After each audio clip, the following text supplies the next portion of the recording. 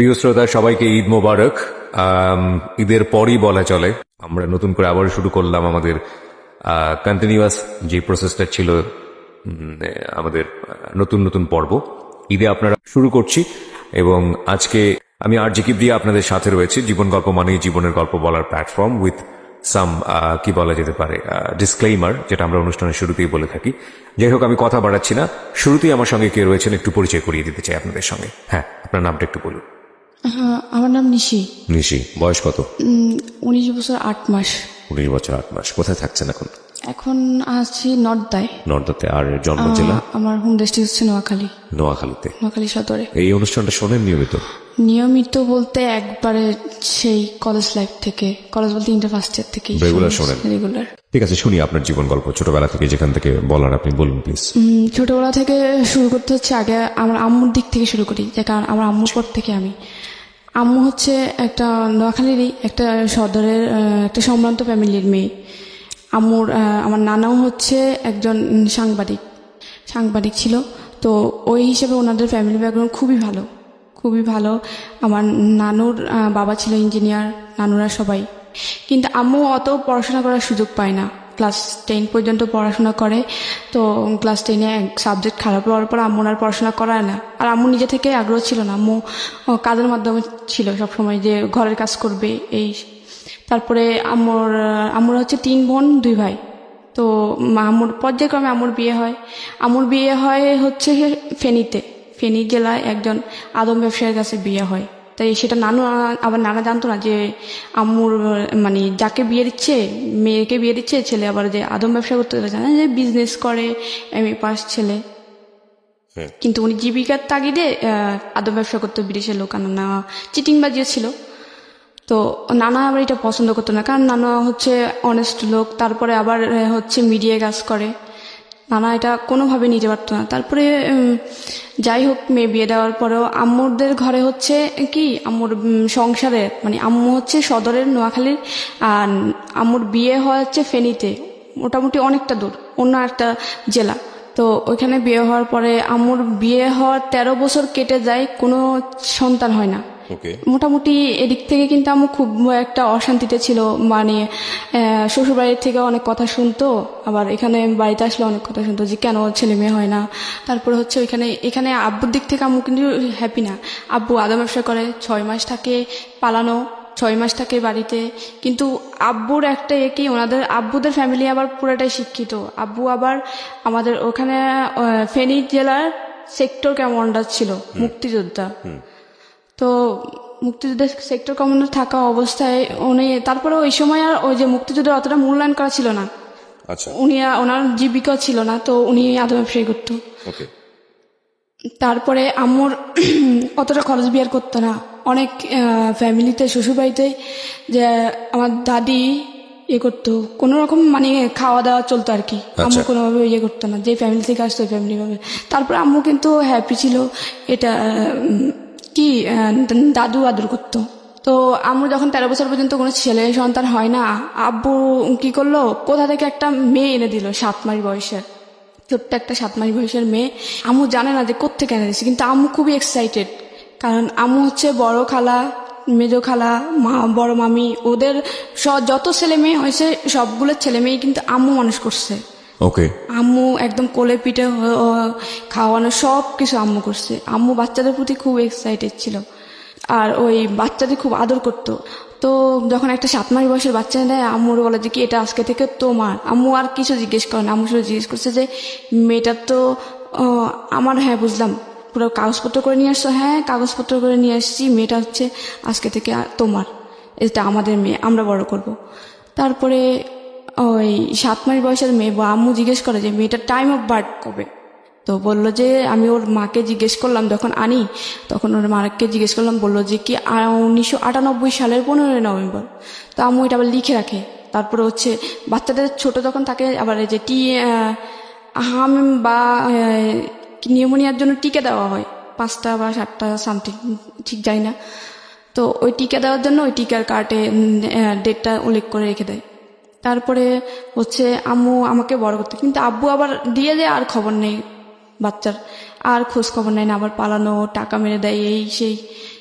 বিদেশে ও আসে, ওর টাকা মেরে দিচ্ছে, এইসব ঝামেলার ভিতরে Okay. নানা এসব সহ্য করতে পারে না। অনেক এক পর্যায়ে ফেনী থেকে লোক নোয়াখালী সদর পর্যন্ত পৌঁছায় যায়, নানুর বাড়িতে পর্যন্ত। আচ্ছা, তো নানা খুবই অপমান হচ্ছে লোকদের কাছে। তারপর নানা বলে কি আমি এখন মেয়েকে নিয়ে নিব, আমি 13 বছর পর্যন্ত 14 বছর হয়ে গেছে, মানে 13 বছর পর্যন্ত বাচ্চা হয় না। তো আমার যে মেয়েটাকে 7 মাস বয়সে এনে দেয়, তার বয়স যখন 2.5 বছর হয়, মানে 15 সামথিং, তখন নানা বলতেছে যে আমি আর রাখবোই না, মেয়ে নিয়ে নেব। হয়তো ওর আদম ব্যবসা ছাড়বে, নাহলে আমার মেয়েটা আমি একবারে ডিভোর্স করে নিয়ে নেব। নানা আব্বুকে প্রেশার কিক করে যে তুমি হয়তো আদম ব্যবসা ছাড়ো, আর নাহলে আমার মেয়েকে ছাড়ো। ওকে। উনি কোনো অ্যান্সারে না দেয়। আম্মু তারপর অনেক চিঠি লেখে, এখন চিঠির যোগ ছিল, ফোন ছিল না, খুব চিঠি লিখতো। তো আব্বু কোনো চিঠিরে রিপ্লাই করতো না। আচ্ছা, তো আম্মু অনেকবার চেষ্টা করে ওনার সাথে যোগাযোগ করা, যে কোনোভাবেই যেন সংসারটা না ভাঙে। আর তখন আবার আমি মানে 2.5 বছর একটা মেয়ে আছে, মেয়ের ভরণ পোষণ। তারপরে আমি কোনোভাবে চাই না, এক পর্যায়ে নানা ডিভোর্স করে ফেলে। তখন আপনার বয়স 2.5 বছর? হ্যাঁ, আমার বয়স তখন 2.5 বছর। আচ্ছা, তখন নানা এক পর্যায়ে ডিভোর্স করে ফেলে। ডিভোর্স করানোর পরেও মানে আব্বু ডিভোর্স পেপারটা অ্যাকসেপ্ট করে না। তারপরে নানা ডিভোর্সটা পেপারটা দিয়ে আম্মুর দিয়ে সাইন করায় পাঠায়। পাঠানোর পরে কিন্তু মেয়ে যদি ডিভোর্স দেয় 3 মাস পরে কিন্তু ওটা কনফার্ম হয়ে যায়, ছেলে অ্যাকসেপ্ট করুক বা না করুক। কিন্তু ছেলে যখন কোনো ছেলে যদি ডিভোর্স দেয়, তখন মেয়ে সাইন করা ছাড়া ওই ডিভোর্সটা কনফার্ম হয় না। তো ডিভোর্সটা কনফার্ম হয়ে যায়। হয়ে যাওয়ার পরে আম্মু এখান দিয়ে এদিক দিয়ে কান্নাকাটি নানুর বাড়িতে। আর মামিরা ছিল একটু অন্যরকম, আর কখনোই কোনো ননদদের সহ্য করে না, মানে এই ভাইয়ের বউরা ননদদের সহ্য করে না। আবার একটা মেয়ে নিয়ে থাকবে ডিভোর্সি, তার মানে অবশ্যই ওদের কষ্ট বের হবে। তারপর আম্মু ওইখানে থেকে সেলাই মেশিনে কাজ করতো, মোটামুটি টুকিটাকি কাজ করে মোটামুটি খরচ জোগাতো। তারপরেও এই যে নানা বলতো যে না, এভাবে তো মেয়েটার জীবন যায় না, দেখি মেয়েটাকে আবার একটা বিয়ে দিই।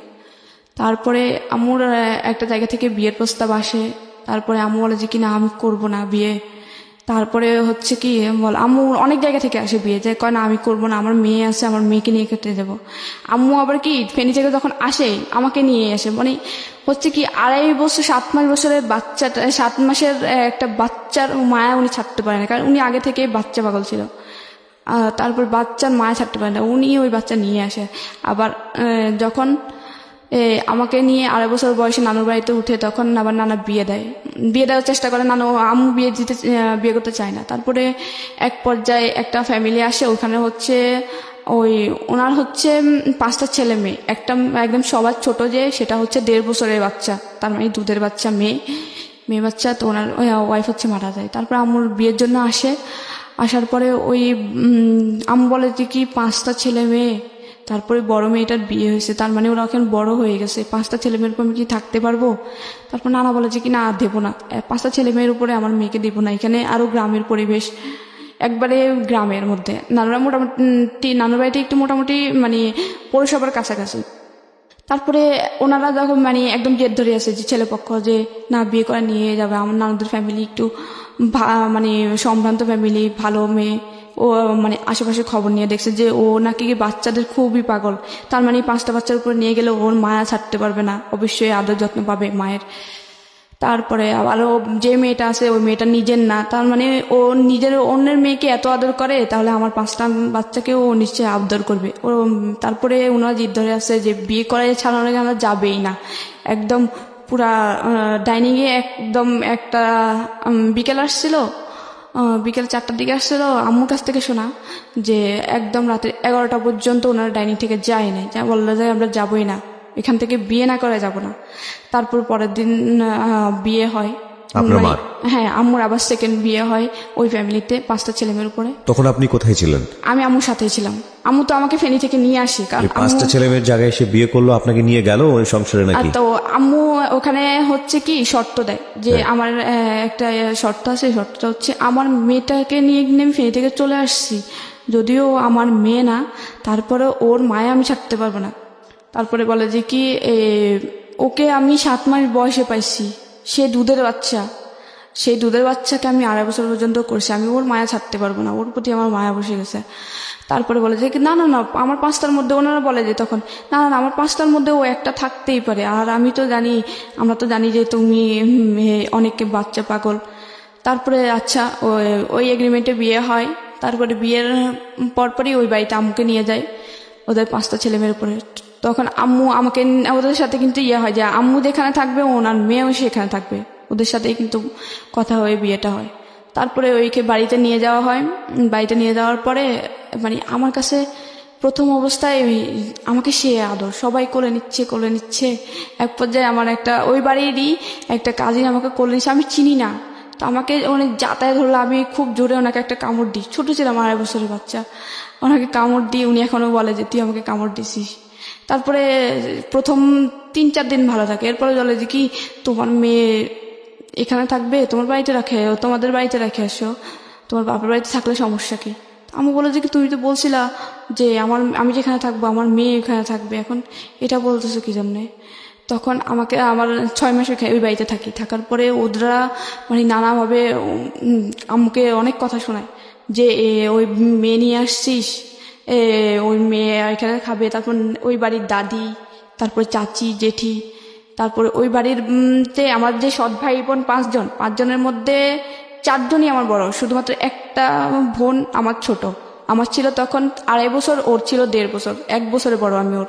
তো আর সবাই ছিল বড়। আর ওইখানের বড় আপুর বিয়ে হয়েছিল তখন, আর গ্রামে তো একটু তাড়াতাড়ি বিয়ে হয়। তো আমার ওই বাড়িতে যাওয়ার পরে বড় আপুর প্রেগনেন্ট থাকা অবস্থায় ওনার প্রথম বাচ্চাটা সিজার করার পরও মারা যায়। তারপরে আম্মুর তখন থেকেই শুরু হয়, ওনারা কিন্তু মানে নিচে ঠিক আছে, কিন্তু ওই যে বড় Right, এই প্রশ্নটা আমাদেরও আছে। ওদেরকে সবসময় বলে যে এবং এই হচ্ছে হিন্দু সৎ দ্বারা, মা। জি, যারা ধর্মে। ছোট ছিল এ হচ্ছে সৎ মা। তারপর বড় ভাইয়া ছিল ক্লাস 7-এর, তারপরে মেজো আপু ছিল ক্লাস 6-এর, তারপরে আরেকটা ভাই ছিল আমার বড়, যে সে ছিল হচ্ছে ক্লাস 4-এর।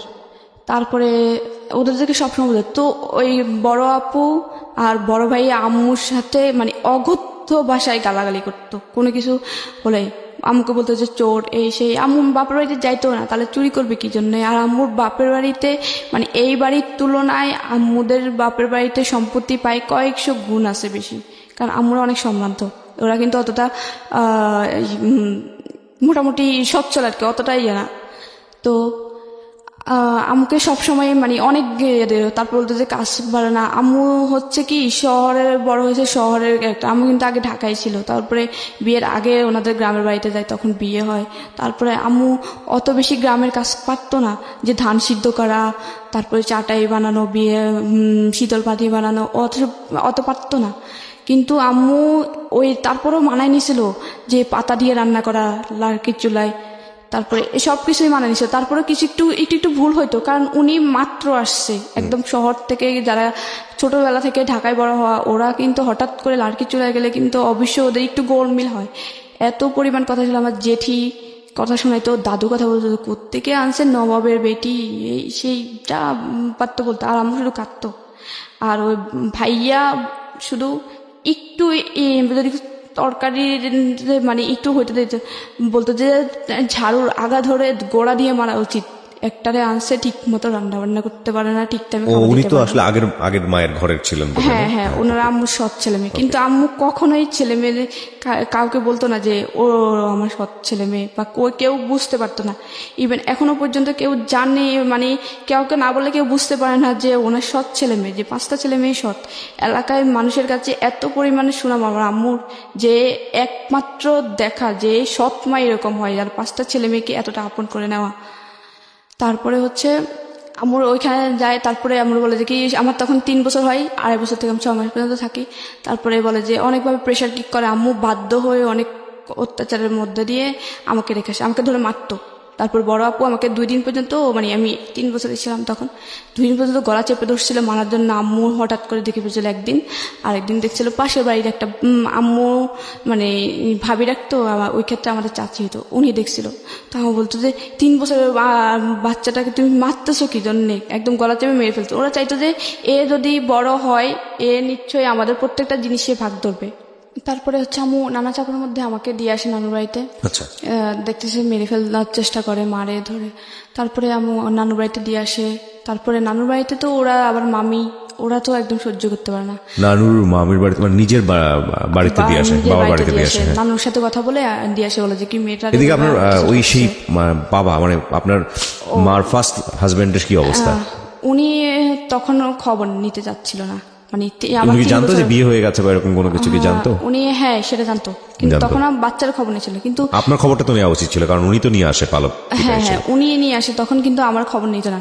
যখন আম্মু নানুর বাড়িতে আমাকে রেখে আসে তখন একটু একটু নেওয়ার চেষ্টা করে। আচ্ছা। আম্মুর একটা দুঃসম্পর্কের মামাতো ভাইয়ের থেকে খবর নেওয়ার চেষ্টা করতো, আচ্ছা। যে মেয়েটাকে আমি নিয়ে আসতে চাই, মেয়েটা নিয়ে আসতে চাই। তা আমি বলতেছে কি আমার মেয়ে আমি নিয়ে আসি, এত দিন হয়ে গেছে এখন কেন খবর নিতে আসছে। আচ্ছা। তখন উনি আর বলে আম্মু আর চায় না যে ও উনি নিক। তারপর নানুর বাড়িতে রেখে আসে, রাখার পরে ওইখানে আমি তো শুধুমাত্র আম্মুর আদর পেতাম, যদিও নানুর কারণ আমিও নানুরাও আবার ওইভাবে দেখতে যে ওটা তো আমাদের বংশের না বা আমাদের মেয়ের না, আমি শুধুমাত্র আম্মুর আদর পেতাম। তা আমি সারাক্ষণ কান্না করতাম, আম্মুর থেকে আলাদা করে বসে একটা 3 বছরের বাচ্চা মার থেকে আলাদা করলে যা হয়, আমি সারাক্ষণ কান্না করতাম আর আম্মু আম্মু করে চিৎকার দিতাম। তারপর আমার বড় খালা আমাকে আদর করতো অনেকটা, তো বড় খালা আদর করে বড় খালার কাছে থাকতো। আর বড় খালা আবার নানুদের বাড়ির ভিতরে জায়গা কিনে ওনার বাড়ি করে ওনারই থাকে। তো হচ্ছে বড় খালা আমাকে ওনার কাছে রাখে, তা আমার 5 বছর পর্যন্ত হয়। হওয়ার পরে আম্মু বলে যে কি আমি থাকতে পারবো না, মেয়েটাও দিন দিন আমি বারবার অসুস্থ হই, সেন্সলেস হয়ে যায়, কান্না করতে করতে সেন্সলেস হয়ে যায় বাচ্চা থাকা অবস্থায়। তারপরে আম্মু আমার তারপরেও আন্টি অনেকভাবে রাখার কারণে আমার 5 বছর পর্যন্ত হয়। তা আম্মু বলে যে কি এবার মেয়েটাকে আমি আমার কাছে এনে রাখবো, ভর্তি করবো এখানের স্কুলে। তারপরে আম্মু ভর্তি করানোর জন্য ওই আব্বুর বলে যে কি এখানে তোমার ছেলেটাও আছে, আমার মেয়েটাও তোমার একসাথে একই স্কুলে ভর্তি করাই, তাহলে ওর তো এখন স্কুলে দেওয়ার সময় হয়ে গেছে। তারপরে বলে যে কি না না এখানে কেন দিবে, ওইখানেই থাক। তারপরে আম্মু তারপরে অনেক কান্নাকাটি করে তারপরে অনেক সালিশ হয় আর কি। তারপর মুখামুখি বলে বসে বিয়ের সময় যারা ছিল যে বলে যে কি মেয়ে নিয়ে বিয়ে বসছে, এখন মেয়ে মানতে চায় না, আমার মেয়েটার তো আমি বিয়ে করবো, ওর কষ্ট শুধুমাত্র ওদের বাড়িতে থাকবে, হয়তো একটু খাবে, আর প্রত্যেকটা জিনিস জামা কাপড়েতে পড়াশোনার সব কষ্ট আমি বের করবো। তারপরে মেয়েটা আমার কাছে থাকুক, আমি মেয়েটার সাথে থাকতে পারবো না। কিন্তু ওদেরকে খুব আদর করতো, কারণ আমার ছোট বোনটা 1.5 বছরের ছিল, দুধের বাচ্চা, ওরে খুব আদর করে বড় করে। ও আবার আম্মুরে মা বলেই ডাকতো, কারণ ও তো বাচ্চা ছিল, আম্মু এইভাবে বড় করে। কিন্তু অন্য সবাই কিন্তু আম্মুর সাথে খুবই বাজে ব্যবহার করতো, আম্মু আদর করতো। ফারুক ভাইয়া যখন মানে বড় ভাইয়া যখন 7-এ ছিল তখন 7 থেকে ভাইয়া পড়াশোনা করতে যেত না, কিন্তু ভাইয়ারা খুব চাইতো পড়াশোনা করো করো করো পড়াশোনা করো। তারপরে আমাকে অনেক সালিশ হয়ে এলাকার মুরব্বী যারা ছিল বিয়েতে তারপর নিয়ে যায় ওই বাড়িতে। নিয়ে যাওয়ার পরে আমাকে ফার্স্ট ক্লাস 1-এ ভর্তি করে।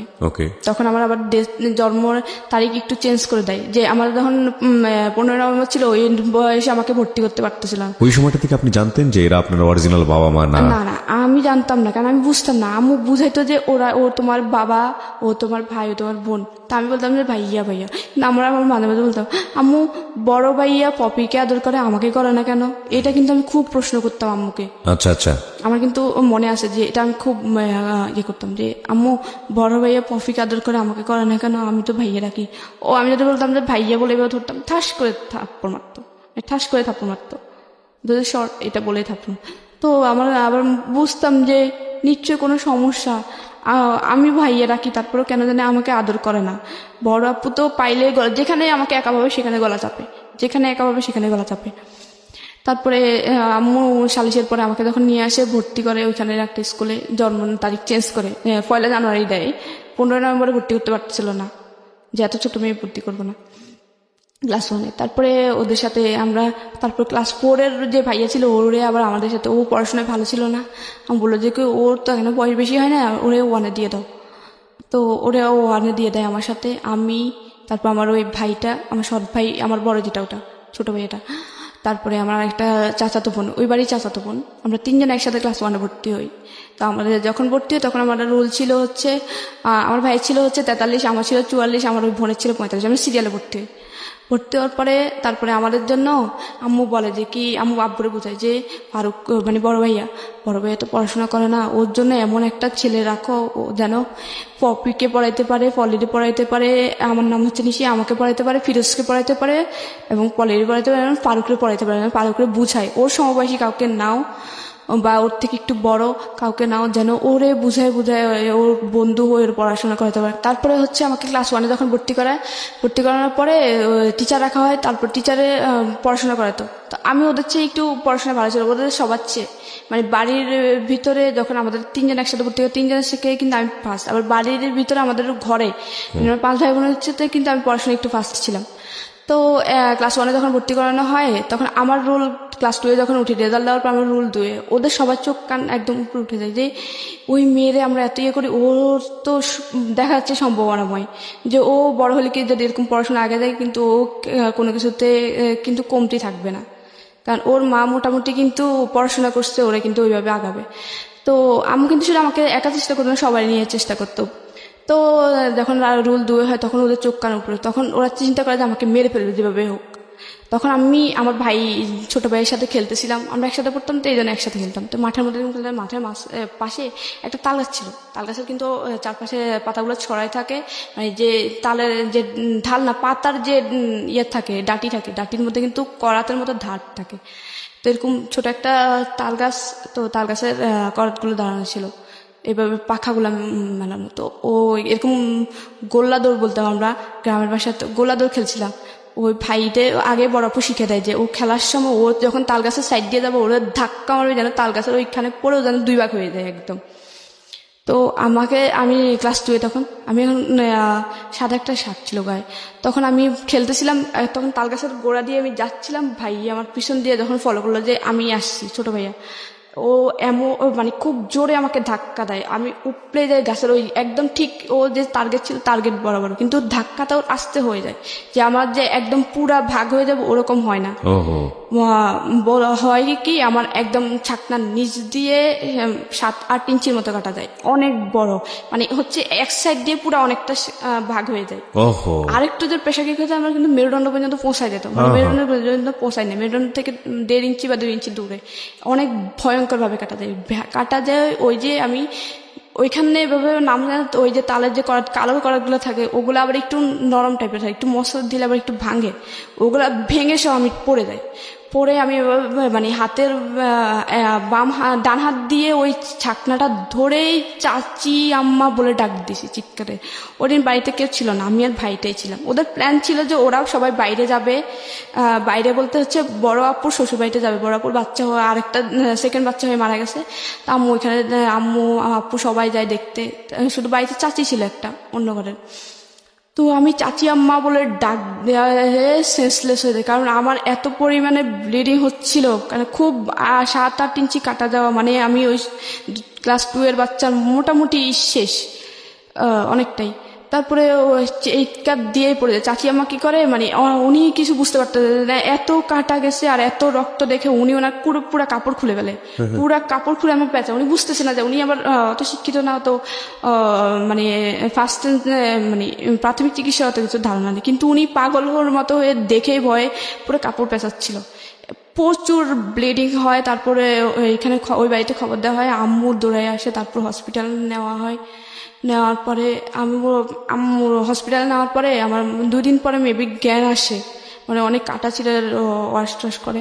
তারপর 2 দিন পরে জ্ঞান আসে, বলে আম্মু ভাই আমার ধাক্কা দিছে। আম্মু আমার সাথে সাথে মুখ চাপে বলে যে এটা পড়িস না, বললে তোর আব্বু কিন্তু তোর ভাইয়ারে মারবে, তারপরে হচ্ছে তোর বাড়ি থেকে বের করে দেবে।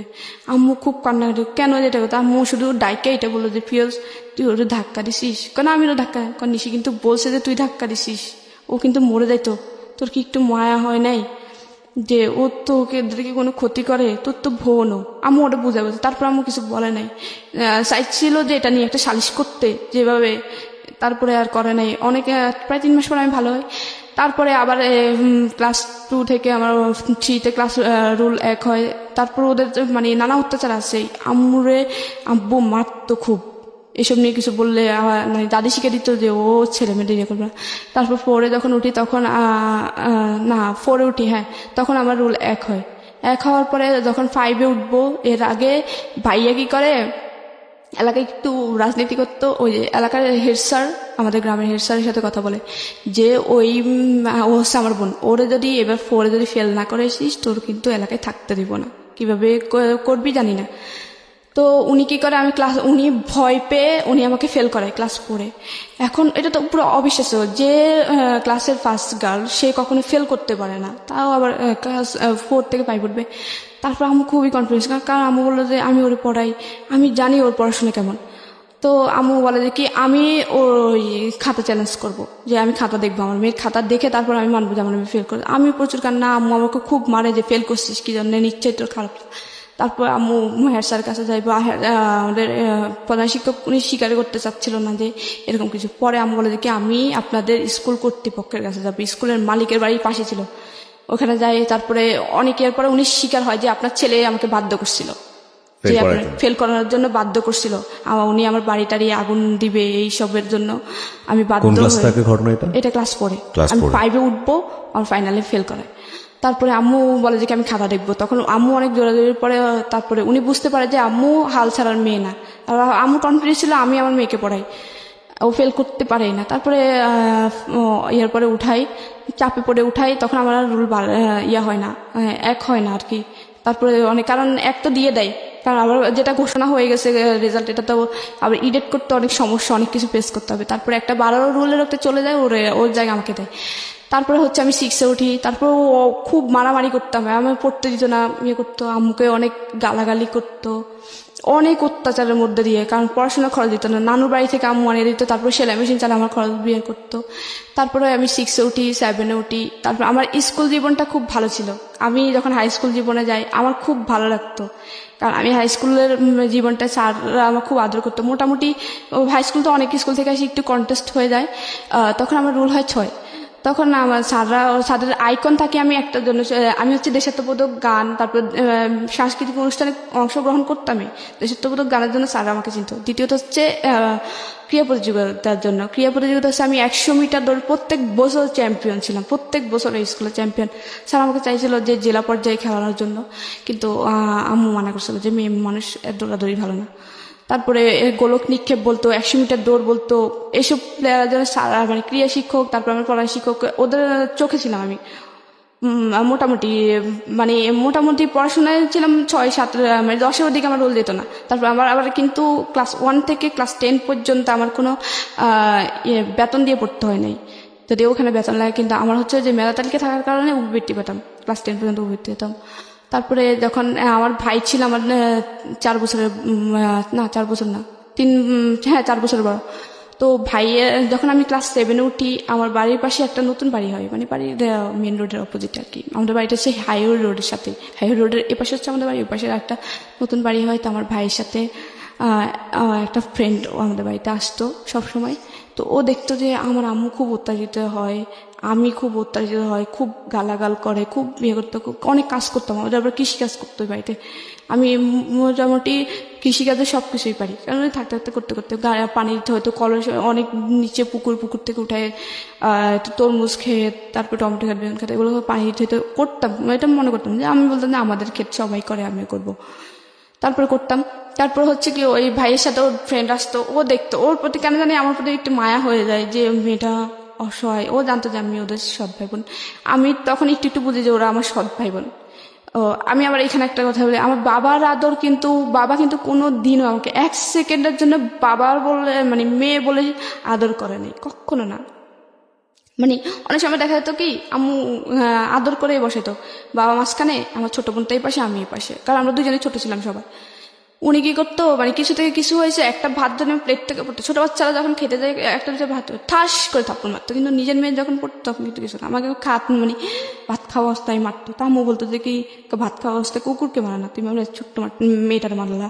তখন আম্মু উল্টা মার দেওয়া হয়তো, কথা বলবি কেন, মুখ করতে পারবি না, একদম ডিরেক্ট বলতো যে তোর মেয়ে কিন্তু তোর না, আবার আমার খাচ্ছে, আমি যেভাবে চালাবো ওইভাবেই। তারপর এরকম ছিল। তারপর ওই ভাইয়ের বন্ধুর সাথে, ভাইয়ের বন্ধুটা আমাদের বাড়িতে প্রায় আসতো ওর সাথে সাথে, তো আমার প্রতি মায়া পড়ে যায়। তারপরে তখন আবার ওদের স্কুলে আমাদের স্কুল ভিন্ন ছিল, তো ও কী করতো, আমার প্রায় সময় আমাদের স্কুলে আমার সাথে, আমি স্কুলে যেতাম একদম লাস্ট টাইম যেতাম, মানে স্কুল 10টায় বসতো, 10টায় যেতাম, মানে 10টা একটু আগে বের হয়ে দৌড়াইয়া যেতাম। অনেক সময় যে হাজিরা রোল কল করতেছিল, আমি তখন দৌড়াইয়া যায় রুমে ঢুকতাম। তো ও কি করতো, সাইকেল নিয়ে আমার পিছনে পিছনে আসতো, ও একটু আস্তে আস্তে একটু ইনভলভ হচ্ছিল। তো ও একদিন আমাকে 7 থাকতে প্রপোজ করে। প্রপোজ করার পরে আমি বললাম যে কি ওদের সাথে আমার সাথে যায় না, কারণ আমি ওদের ফ্যামিলির সৎ মেয়ে, আমাদের সাথে যায় না। তারপরে ও আমাকে আস্তে আস্তে বোঝাতো। যখন ক্লাস 8-এ উঠি তখন আমি বললাম যে একটা ভালো ছেলে আমাকে এত আদর করে, এত বুঝায়, মানে আমি আদরের প্রতি অ্যাডিক্টেড ছিলাম, কোনো জিনিসের না, যে আমি শুধুমাত্র মায়ের আদর পাইছি জীবনে। বাবা কি জিনিস আমি কখনোই বুঝি নাই। তারপরে হচ্ছে ভাই কি জিনিস তা তো নাই।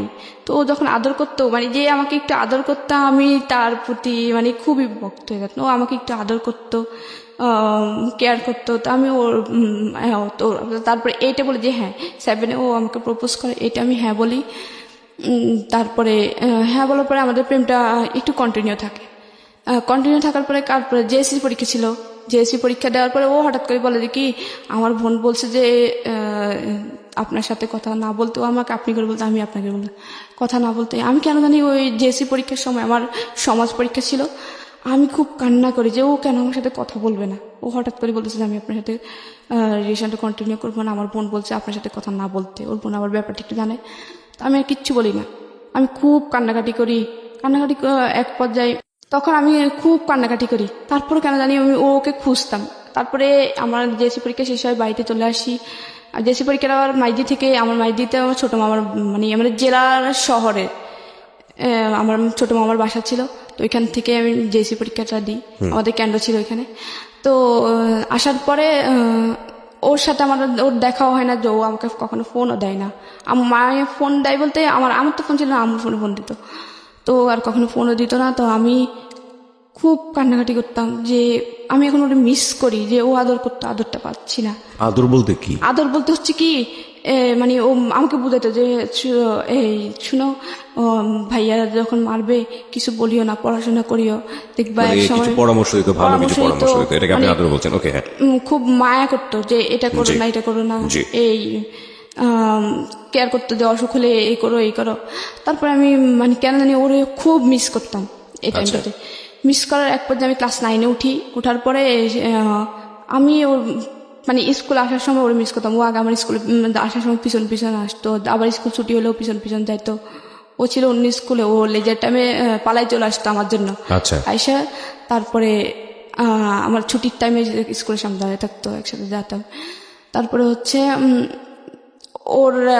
আমি ওর সাথে অনেকদিন পর্যন্ত যোগাযোগ না থাকায় আমার খুব খারাপ লাগে। এক পর্যায়ে আমার কেন জানি মনে হলো যে আমার ওর সাথে কথা বললে মনে হয় যে ভালো লাগে।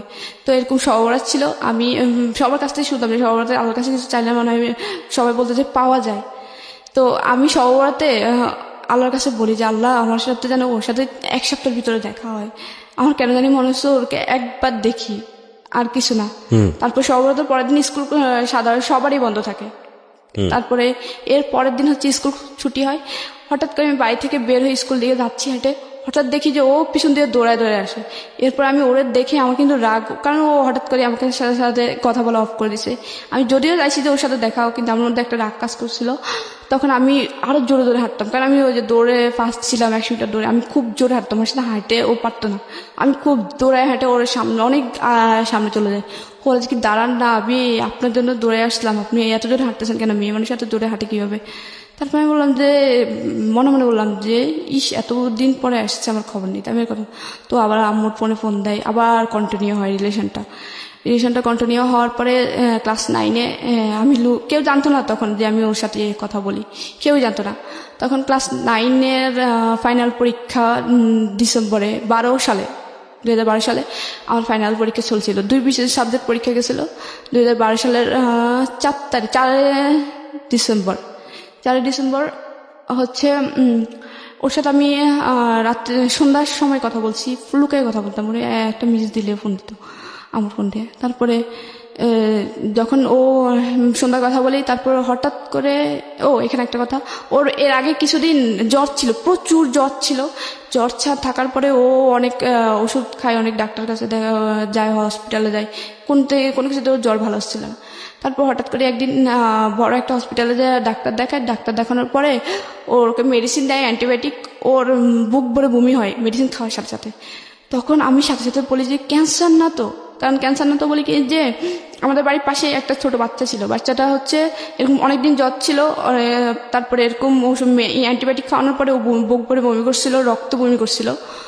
বমি করার পরে তাকে ঢাকায় নিয়ে যাওয়া হয়, ঢাকা মেডিকেলে। তারপরে আনার পরে ওর বলে যে কি ওর ব্লাড ক্যান্সার, ইভেন ওর ব্লাড ক্যান্সারটা খুব থার্ড স্টেপে, ফার্স্ট স্টেপ না থার্ড স্টেপে। তখন আর চিকিৎসা নেই, ও 2 মাস পরেই মারা যায়। তখন আমার মানে বুকের ভিতরে একটা অজানা ভয়, যে আমি ওর সাথে সাথে বলে ফেলি যে ক্যান্সার না তো, বলে আরে না কিসের ক্যান্সার হবে, হয়তো টাইফয়েড কিছু একটা। তারপরে ওই দিন আমি যখন ওর সাথে সন্ধ্যার সময় কথা বললাম 4 ডিসেম্বর 2012 সালে, কথা বলার পরে 9টার সময় ও নাকি সেন্সলেস হয়ে পড়েছে, আমি জানি না। তারপর সকালবেলা আমি যখন ঘুম থেকে উঠে ভাবির সাথে নাস্তা বানাইলাম, আবার বড় ভাই বিয়ে করে, ভাবি আমাকে আদর করতো, আবার ভাবি দেখতো যে আম্মু ওনাকে আদর করে, ওই হিসেবে আমাকে আদর করতো। কিন্তু ভাইয়া কখনোই বোন বলে বলতো না, কখনো ডাকতো না যে এদিকে আয়। তারপরে পরের দিন মানে 5 ডিসেম্বর হচ্ছে আমি সকালবেলা উঠলাম, ওঠার পরে ভাবি বললো যে কি, ওর নাম ছিল নিরু, ছেলেটা যার সাথে আমার সম্পর্কে ছিল। ও বললো যে কি নিরু অসুস্থ হয়ে গেছে, কালকে রাতে নাকি ও সেন্সলেস হয়ে পড়ে যায়, নাক মুখ দিয়ে এরকম রক্ত বেরিয়েছিল। তারপরে ওরে মাইজি হসপিটাল নেওয়া হয়েছিল, হসপিটালে বলছিল ও নাকি স্ট্রোক করছে, ওর নাকি ব্রেনে রক্তক্ষরণ হচ্ছে। তারপরে ওর শরীরে ব্লাড নেই, তারপর ওর মাঠ থেকে 1 ব্যাগ ব্লাড নিয়ে ওর ঢাকা নিয়ে গেছে। আমি তো পুরো সাথে সাথে মনে হয় আকাশ থেকে বললো, কারণ ওর সাথে আমি সন্ধ্যার সময় কথা বলছি, কিন্তু ভাবি জানতো না যে আমি ওর সাথে কথা বলি বা কোনো একটা রিলেশন, কেউ জানতো না। তখন আমি সাথে সাথে দৌড়ায় আসি ঘরে, রান্নাঘর থেকে দৌড়ায় আসি নাস্তা বানানো রেখে। তারপরে আমার ফোন নিয়ে ওর ফোন দিয়ে, ওর ফোন অফ। তারপরে মানে ভাবি ওদের সাথে যোগাযোগ করে, কারণ ভাবিদের রিলেটিভ ছিল। তারপরে বলে যে কি ওর শরীর খুবই খারাপ, ওর এখনো ঢাকার ডাক্তার বলতেছে যে ও স্ট্রোক করে না, ওর অন্য কোনো সমস্যা বুঝতেছে না। তারপরে আমি খুবই কান্নাকাটি করি, খুবই, যে জানি ক্যান্সার না তো, মানে ক্যান্সার হয় না নাকি হয়ে যায়, এত পরিমাণ কান্নাকাটি করি যে পুরো এলাকার মানুষ আমাকে দেখে তাকিয়ে যায় যে কি। তারপর সবার মোটামুটি বোঝার বাকি ছিল না যে ও ওর জন্য কাঁদবে কি জন্য। আমি ঘুমাতাম, মানে তখন থেকেই কিন্তু মোটামুটি একটু অ্যাবনর্মাল ছিলাম, কারোর সাথে আর কথা অফ হয়ে গেছে। আমি ঘুমাতাম, ঘুমের মধ্যে হঠাৎ করে চিল্লায় কান্না করতাম। মানে আমি শুধু স্বপ্নে এটা চিল্লে কান্না করতাম, এই জন্য স্বপ্নে এটা দেখতাম যে ওর লাশ নামাচ্ছিল অ্যাম্বুলেন্স থেকে, ওর লাশ নামাচ্ছিল ঠিক যেই 4 বছরের একটা বাচ্চা এরকম ক্যান্সার মারা গেছিলো, ওর লাশ যেভাবে ওর লাশ ওভাবে নামাচ্ছিল। এটা দেখে স্বপ্নে আমি শুধু কান্না করতাম, মানে খুব ভয়ঙ্করভাবে কান্না করতাম। মোটামুটি 3 মাসের মতো আমি আপনার আমার পরীক্ষা দেওয়ার হয় না, মানে ফাইনাল পরীক্ষা চলে কিন্তু ফাইনাল পরীক্ষাটা দেওয়া হয় না। তারপরেও স্যাররা মানে জানতো যে আমি, স্যাররা সবাই আমাকে অনেক আদর করতো, কারণ আমি সাংস্কৃতিকভাবে ওদের আইকন ছিলাম। তারপরে ক্রিয়ার দিক দিয়েও, তারপর পড়াশোনাও খারাপ ছিল না, 7-8 রুলের ভিতরে সবসময় থাকতো। তারপরে এটার জন্য স্যারা বলে দেখি থাক, ওর পরীক্ষা না দিয়ে আমরা ওকে টেনে উঠাবো, দেখি ও ভালো হয় কিনা। যখন আম্মু ওদের সাথে যোগাযোগ করে যে আমার মেয়েটা তো এইভাবে অসুস্থ হয়ে গেছে, ওরে তো কিছু বুঝতেছি না, যে ওরা যদি বলে যে কি যে তোর খাওয়া দরকার, ও খাওয়াইতে হবে, যে ওর গোসল করতে হবে, ওর ফ্রেশ হতে হবে, ও কিছুই বুঝতেছে না। ওরা যে কিছু একটা বললে ও যে শুনবে সেটাও করতেছে না, শুনতেছে না, কিছু যে নিজে থেকে করবে সেটাও করতেছে না, পুরা অ্যাবনর্মাল হয়ে গেছে। আপনার কথা বলছে? হ্যাঁ। তো স্যাররা এটা এসে দেখে যায়, নিজের চোখে এসে দেখে যায়। তারপর 9-এ উঠায়। 9-এ উঠানোর পরে 9 থেকে 10-এ উঠায়, 10-এ উঠায়। ভাবছে স্যাররাও মানে একটা কনফিডেন্স ছিল যে ও একসময় ভালো হবে, মানে কয়েকদিনের মধ্যে খুব তাড়াতাড়ি ভালো হবে। তখন নিরুর কি অবস্থা? নিরুর অবস্থা হচ্ছে তখন 2012 সালের 4 তারিখে ও অসুস্থ হয়। তারপরে 8 তারিখে ওর অনেক রিপোর্ট করানোর পরে, ঢাকার প্রত্যেকটা ডাক্তার অনেক রিপোর্ট করানোর পরে ওর কোনো রোগ ধরতে পারছিল না।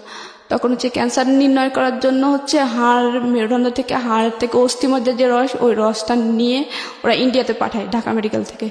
ইন্ডিয়াতে পাঠানোর পরে তারপরে ওরা ইন্ডিয়া থেকে 2012 সালে 12 বলে যে ওর ব্লাড ক্যান্সার, কিন্তু ফার্স্ট স্টেপে আছে।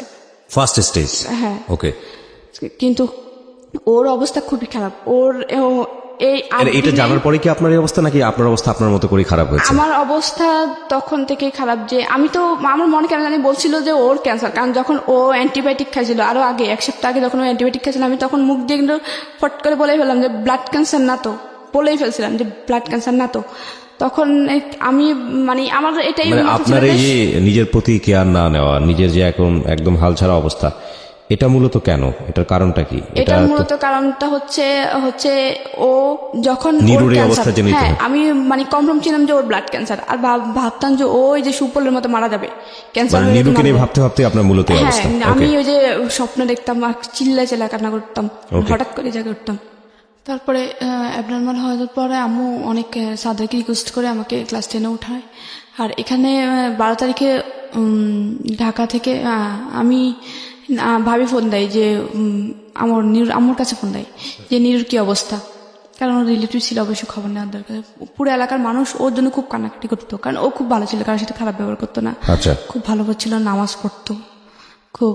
আমার ভাইটাই সবাই ওর বন্ধু বান্ধব ওদের এলাকায় অনেকে ছিল, ওরা সবাই যায় ওর দেখার জন্য, ঢাকায় আসে নোয়াখালী থেকে।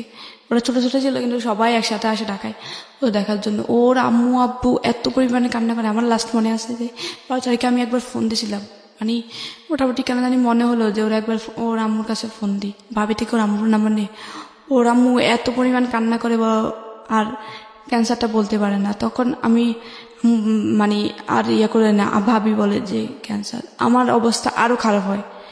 তখন ওর প্রথম কেমো দেওয়া শুরু করে, আমার অবস্থা আরো খারাপ হয়। আমি শুধু স্বপ্নে দেখতাম, আর এদিক দিয়ে আম্মুকে যা তা বলতো যে মেয়ে হয়েছে, সে হয়েছে, এখন মেয়ে পাগল হয়েছে, অন্য ছেলের জন্য অগদ্য ভাষায় আম্মুকে গালাগালি করতো, আব্বু গালাগালি করতো, আর চাচিরা যা তা কম খারাপ খারাপ কথা শোনাইতো, দাদি জেঠিরা খুব খারাপ খারাপ কথা শোনাইতো। তারপরে আমি যে এরকম কান্নাকাটি করতাম, আমাকে এর উপর ধরে বড় আপু মারতো, মেজো আপু মারতো, যে এরকম রাত্রে হঠাৎ করে কান্না করে, হঠাৎ করে চিল্লে উঠে কান্নাকাটি করে, ঘুমাইতে পারি না, এসে ওদের বিরক্তির কারণ হয়ে দাঁড়াইলাম। তারপর ওরা আমাকে ধরে এই অবস্থায় মারতো, তা আম্মুর কাছে নিয়ে ঘুমাইতো। ও এখানে আবার কথা আছে, আব্বু যখন আমি যখন ক্লাস 4 থাকি, আব্বু আবার বিদেশে যায় আসতে, তখন যখন এই অবস্থা ছিল তখন আব্বু দেশে আসে, তখন আবার আম্মুকে মানে, কিন্তু বিদেশে থাকা অবস্থায় কখনো আমার পড়ালেখার কষ্ট বের করতো না, আমার তো পড়ালেখার কষ্ট আসতো না, বেতন লাগতো না, আমি উল্টা মুভি পেতাম। আম্মু নিজেই নাম থেকে আর নিজে সেলাই মেশিন দিয়ে চালাইতো।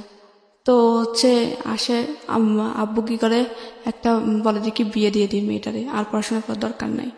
আর আমাদের বাড়িতে আগের যারা বড় আপুরা, তাদেরকে কাউকে 8 পাস করতে দিত না, মানে একটা কুসংস্কার যে মেয়েরা বড় পড়াশোনা করলে খারাপ হয়ে যায়, এই সেই প্রেম টেমে জড়াবে। তারপর ওরা প্রেম টেমে জড়াইছে, কিন্তু মানে ক্লাস 8-এ বিয়ে দিয়ে দিচ্ছে, কাউকে পড়তে নেয়। আমি মাত্র 9-এ গেছি, আমি আর আমার চাচাতো বোনটা, ওই ভাইটা আর পড়াশোনা করে না, ও আমার সাথে যে পড়ছিল ক্লাস 1 থেকে। তখন আমি ক্লাস 10-এ যাই, তারপরে ক্লাস করা শুরু করি না, ক্লাস 3 মাস পর্যন্ত যাই। তারপর 3 মাস পরে নিরু সুস্থ হয়ে, মানে মোটামুটি সুস্থ হয়ে 1 সপ্তাহ গ্যাপেও বাড়িতে আসে। ডাক্তার বলে যে 1 সপ্তাহ বাড়ি থেকে ঘুরে নিয়ে আসেন। তখন ও 1 সপ্তাহ পরে যখন আসে, ও সবার থেকে শুনে বুঝতে পারে যে আমার এই অবস্থা। ও এসেই 1 ঘন্টা পরে আমার সাথে দেখা করার জন্য বাড়িতে আসে, আর সবাই ওরে দেখে সবাই বাড়িতে চলে আসে, আমাদের বাড়িতে চলে আসে। এসে ওরে দেখতেছে, মানে পুরো এলাকার সবাই ওদের বাড়িতে ভিড়, আমাদের বাড়ি ও যখন আসে সাথে সাথে। তারপরে ও যখন আমাদের বাড়িতে আসে, আবার অনেক লোক আমাদের বাড়িতে আসে ও আমাকে দেখে, ওরে এখন যখন আমি দেখি, তখন আমি অনেকটা আস্তে আস্তে ওর দেখার পর আস্তে আস্তে নর্মাল হতে শুরু করি। তারপর থেকে ওর গ্যাপে গ্যাপে আবার বাড়িতে আসতো। তখন ওর হাইড্রেস ক্যাম্প ছিল, একদম পুরো চুল পড়ে গেছিল, ও খুব লম্বা ছিল, আর ওর খুব হেলদি ছিল, ফিটনেস খুব ভালো ছিল। তারপর ফিটনেসের সব নষ্ট। আমি ওরে দেখে অন্যরকম, মানে একদম তাকেই থাকি, কি দেখতেছি আমি তো বুঝতাম, মানে তারপরে ও আমাকে আস্তে আস্তে ওর সাথে চলে। তারপর ডাক্তার যখন আমার আম্মু যখন ডাক্তার দেখা, তারপর বললো যে কি ওর সাথে কথা বলতে দিত। ডাক্তার বলছিল যে নিরুর সাথে কথা বলতে দিও না, কারণ ও নিরুর কারণে এই অবস্থা। ওকে ও যত নিরুকে দেখবে, নিরুর কাছে থাকবে, ও তত স্বাভাবিক হবে ইনশাল্লাহ। তখন আমি ওর নিরুকে দেখার পর আস্তে আস্তে স্বাভাবিক হই। ও আসার পর থেকে ও প্রথম অবস্থায় স্বাভাবিক হয় না, 2-3 বার আসার পর আস্তে আস্তে স্বাভাবিক হয়। তারপর আবার স্কুলে যায়, তারপর ও আবার আগের মতো ওর পড়াশোনা অফ হয়ে যায়। ও তখন ক্লাস 10-এ পরীক্ষা দেওয়ার কথা ছিল, যখন ও অসুস্থ হয় ওর পড়াশোনা অফ হয়ে যায়। তো আমি আবার স্বাভাবিক হওয়ার আবার স্বাভাবিক হই। তারপরে স্কুলে যাওয়া শুরু করি। তারপর স্কুলে ও আবার আগের মতো সাইকেল নিয়ে দৌড়ে যেত। ও সাইকেল চালানো নিষেধ ছিল, তারপরে সাইকেল নিয়ে যাইতো। অনেক সময় ওর কিন্তু প্রায় সময় জ্বর ছিল, জ্বর থাকতো, যে ক্যান্সার রোগীদের সবসময় জ্বর থাকে, মানে ওদের গা গরম থাকে আর ওদের জ্বর হলে ব্লাড হিমোগ্লোবিন কমতে থাকে। তখন আমি ও তারপরে যাইতো জ্বর টর নিয়ে আমার সাথে স্কুলে দৌড়াইতো, ও আর স্কুলে যেত না। তারপরে আমি ওর কোন দেখে ক্লাসে পড়তো তখন? ও এসএসসি দেওয়ার কথা ছিল যখন ও অসুস্থ, আর আর আপনি আমি তখন ক্লাস 10-এ উঠতেছি। ওকে। ফাইনাল পরীক্ষা ছিল 9-এর ফাইনাল পরীক্ষা, 10-এ উঠে যাই, আমার পরীক্ষা ছাড়াই 10-এ উঠাই ছাড়া। তারপরে উঠার পরে আবার একটা যখন ক্লাস 10-এ উঠে একটু স্বাভাবিক হই, তারপরে স্কুল ক্লাস করে স্যাররা খুব আদর করতো আমাকে। তো বলতো, আমাকে একদিন স্যার বললো যে তোমার মানে এম ইন লাইফ কি? আমি তো সবসময় বলতাম যে স্যার আমি আর্মি অফিসার হব। মানে সব সময় আমার ওই আর্মিদের প্রতি খুব ইন্টারেস্টিং ছিলাম। যে একটা যে আর্মি হওয়ার প্রথম কারণ হচ্ছে আইন থাকবে, আইন থাকলে তখন আমার অন্যায় প্রতিবাদ করার একটা ক্ষমতা থাকবে। যে আমার আম্মুর সাথে যে অন্যায়গুলো হয় বা আমার সাথে যেসব হয়েছে ওগুলো করতে পারবে না। অন্তত আর্মি হতে চেতে এই জন্যই যে যেন ভাইয়ার আর খারাপ ব্যবহার না করে। ভাইয়া হয়তো কি মুখ মানে সামান্য ব্যাপার, যে ডাইনিং টেবিলের উপর যদি শুধু পানি মগে যদি পানি না থাকতো, সাথে সাথে মগটা ভাঙতো, টেবিলে চেয়ারের সাথে বাড়ি মগটা ভাঙতো। আর এত নোংরা ভাষায় গালি তো আম্মুকে, মানে মানুষের এগুলা বাইরের মেয়ে ছেলেকে বলে না। আর ওর তো মা, সৎ মা হোক মা, আম্মু তারপরে খুব আদর করতো, খুব কাছে দিয়ে। তারপরে আমি পড়াশোনা চালে, তারপরে আমাকে বিয়ে দেওয়ার চেষ্টা করে। মানে একটা বিয়ে সমাধানে ছেলেটা হচ্ছে তখন কি নিরু বেঁচে ছিল? হ্যাঁ, নিরু বেঁচে ছিল। ওকে। তারপর নিরু মোটামুটি একটু সুস্থ, তারপরে কেমন চলতেছে, এদিক দিয়ে আমি স্কুলে যাওয়া শুরু করি।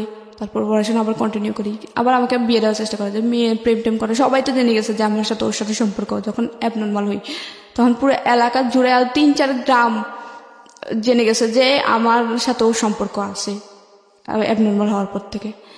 তখন আমাকে বিয়ে দেওয়ার চেষ্টা করে আব্বুরা। আমার বড় আপু আমাদের একটা বিয়ে সমাধানে, তো ছেলেটা আগে একটা বিয়ে করছে। তখন আমি ক্লাস 10-এ পড়ি, আগে একটা বিয়ে করছে, ছেলে বোর চলে গেছে। তারপর আমাকে বিয়ে দেওয়ার চেষ্টা করে। আমি বলে যে কি ওই ছেলের বয়স বেশি, তারপর আবার ও বিয়ে করছে, এখন আমি অবিবাহিত মেয়ে কেন আমি এরকম বিবাহিত ছেলের কাছে বিয়ে দেবো? তারপরে আবার ছেলেটা হচ্ছে খুলনা নোয়াখালী থেকে বহুত দূর। আমি বলে যে কি এত দূর আমি মেয়েকে বিয়ে দেবো আশেপাশে, যেন আমি যা দেখতে পারি, কারণ ওর আর কেউ নেই, একমাত্র আমি। যে একটা ভাই থাকলে আমি দূরে বিয়ে দিতাম, ভাইয়ে যায় দেখতো, বাবা থাকলে বাবার যায় দেখতো, ওইভাবে বিয়ে দিতাম। তারপর অনেক কষ্ট বিয়েতে আম্মু ক্যান্সেল করে। ওটার পরে আম্মুকে অনেক খারাপ ব্যবহার করে। আর আম্মু যখন আমি একটু সুস্থ হই তখন থেকে আমার হাতে ফোন দেখতো, আম্মু আমাকে ধরেই মারতো। আম্মু চাইতো না আমি নিরুর সাথে কথা বলি, কিন্তু আম্মু নিজেই নিরুর জন্য কোরআন খতম করায়, তারপরে অনেক নামাজ পড়ে, নফল নামাজ পড়ে নিরুর জন্য, জানি নিরু সুস্থ হয়। নিরুকে আম্মু খুব আদর করতো। তারপরে কিন্তু আম্মু চাইতো না যে আমি নিরুর সাথে রিলেশন রাখি। আম্মু আমাকে সবসময় ভাড়া রাখতো, যেন আমি ওরে কখনো ভাবে ফোন না দিই। তো নিরু আমার পাশাপাশি যাইতো স্কুলে। তো আমার এলাকায় আমার ওই ভাইটা পুরো দিয়ে গেছে, যেন আমাকে কোনোভাবে নিরুর আশেপাশে দেখলে বা নিরু আমার আশেপাশে থাকলে যেন ভাইয়াকে ইনফর্ম করে। আর ভাইয়া ওই এলাকায় একটু রাজনীতিতে প্রভাবশালী ছিল। তো আশেপাশে দিয়ে মানে আমি রাস্তা দিয়ে গেলে যদি কোনোভাবে দেখতো নিরু আমার পাশে আসে, বাড়িতে খবর চলে যেত। তারপর আম্মুকে বকা দিত। আম্মু আমাকে যখন যেটা পেত হাতে, অনেক সময় ধরা যাচ্ছে প্লেট আছে, প্লেট দিয়ে মারতো। অনেক সময় হাত পাকা ছিল, হাত পাকা দিয়ে মারতো। অনেক সময় সুপারি কাটা লোহার যে ছোতরা, ওটা দিয়ে মারতো। মানে যখন যেটা হাতে থাকতো ওটা দিয়ে মারতো। তারপরে এই মানে কোনোভাবে চাইতো না যে নিরুর সাথে। তারপরেও আমি লুকাই ওর সাথে কথা বলতাম। বিদেশ থেকে আব্বু ফোন দিয়ে আম্মুকে খুব গালাগালি করে, তোর মেয়ে মান সম্মান ডুবোবে, এই সেই অনেক গালাগালি করে। তো বলে যে কি বিয়ে দিয়ে দেবো, আর পড়াশোনা করার দরকার নেই, টেস্ট পরীক্ষা দিতে দিবে না। আমি আম্মুকে ঠিক পরীক্ষা 4 দিন আগে বলে, আম্মু শুধুমাত্র আমাকে মেট্রিকটা পড়তে দাও, তাহলে অন্তত আমি নিজের খরচটা চালাইতে পারবো। যদি কোনো তোমার মতো হইলো যেন আমার ফ্যামিলিতে, নিজের ফ্যামিলি দেখতে পারি। বিয়ে হোক, হ্যাঁ বিয়ের পরে যেন আমি আমার শ্বশুর বাড়িতে যেয়ে যেন আমার ফ্যামিলি দেখতে পারি। তারপরে অনেক কষ্টে আমাকে রাজি করে, টেস্ট পরীক্ষার জন্য রাজি করে। তারপর টেস্ট পরীক্ষা দিই, তারপরে হচ্ছে এর 1 মাস আগে কিন্তু পড়াশোনা অফ করে দেয়। তারপর টেস্ট পরীক্ষাতে 4টা মেয়ে এলাও হয় শুধুমাত্র, মানে অল বিশেষ পাশ করে 4টা মেয়ে, আর ছেলে 6টা 10টা। তো ওইখানে 4 জনের ভিতরে আমি 2-এ ছিলাম। তারপরে আম্মু খুশি হয়। তারপরে আমি বলে যে কি না আমি মেয়েকে আমি পরীক্ষা দেওয়া হবে, ও টাকা না দিলে আমি বাপের বাড়ি থেকে এনে দেওয়াবো। তারপরে আমার ফাইনাল পরীক্ষার জন্য ফর্ম ফিল আপের জন্য টাকা দিবে না, তোর মেয়ে কীভাবে পড়বে আমি জানি না, টাকা পয়সা আমি দেবো না।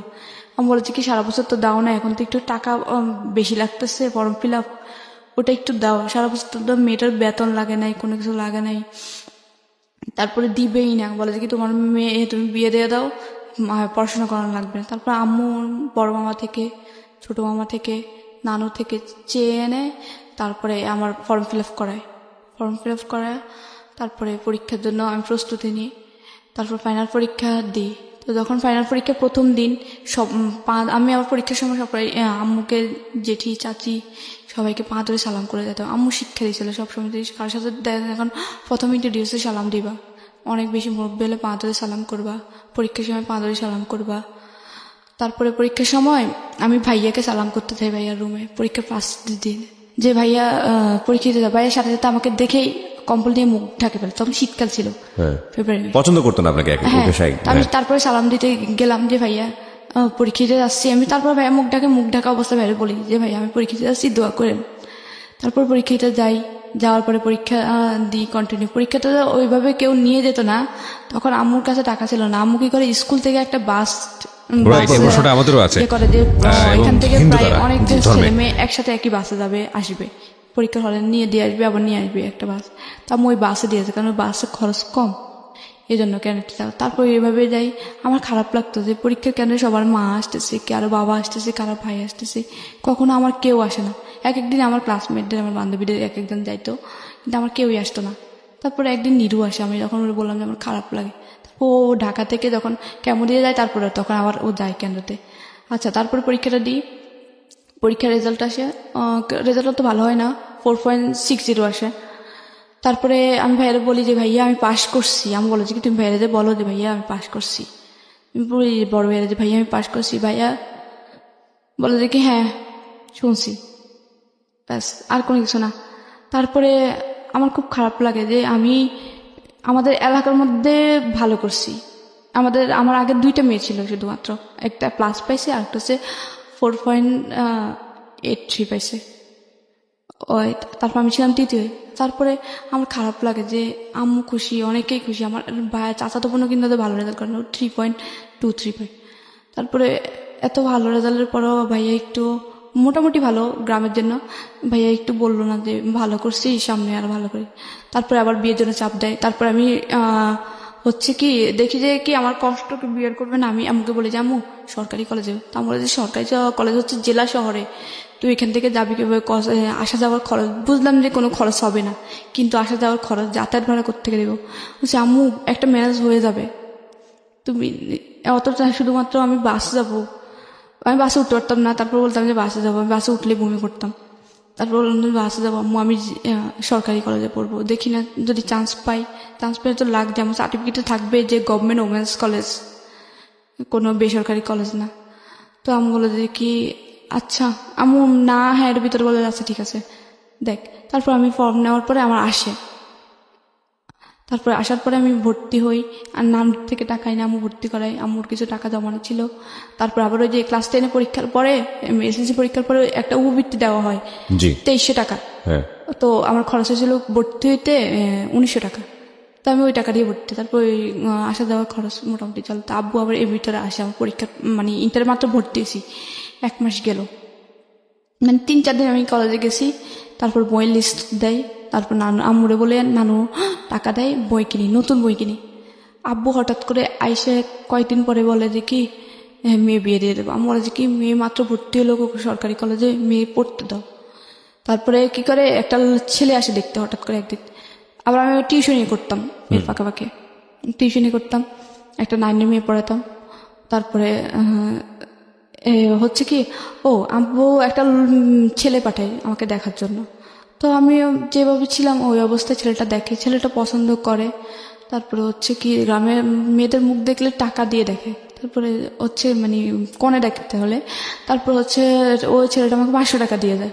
তো আমি কিছু বলি না, আমি যে ভাবির কাছে দিই টাকাটা, ভাবির কাছে দেওয়ার পরে ভাবি টাকাটা রাখে। তারপরে আমি ভাবি আমি বিয়ে করবো না, ছেলেটা পছন্দ হয় না, ছেলেটা পড়াশোনা করে নাই, আমি বিয়ে করব না।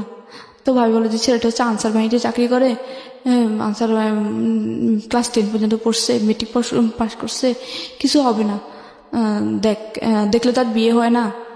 দেখছে তো আজকে দেখতে আসছে। এর পরের দিন আব্বু নাকি ওদের সাথে কথা বলতে গেছে, ওরা নাকি ডাকছে কথা বলার জন্য। তো এরপর দিন যেদিন দেখতেছি এর পরের দিন রাত্রে 11টার সময় আমি ঘুমাই গেছিলাম। পরের দিন আমার কলেজ ছিল জন্য ঈদের 3 দিন পরে, কোরবানি ঈদের 3 দিন পরে। তারপরে হচ্ছে আমাকে রাত্রে 11টার সময় ঘুম থেকে উঠায় আম্মুর রুমে নেয়।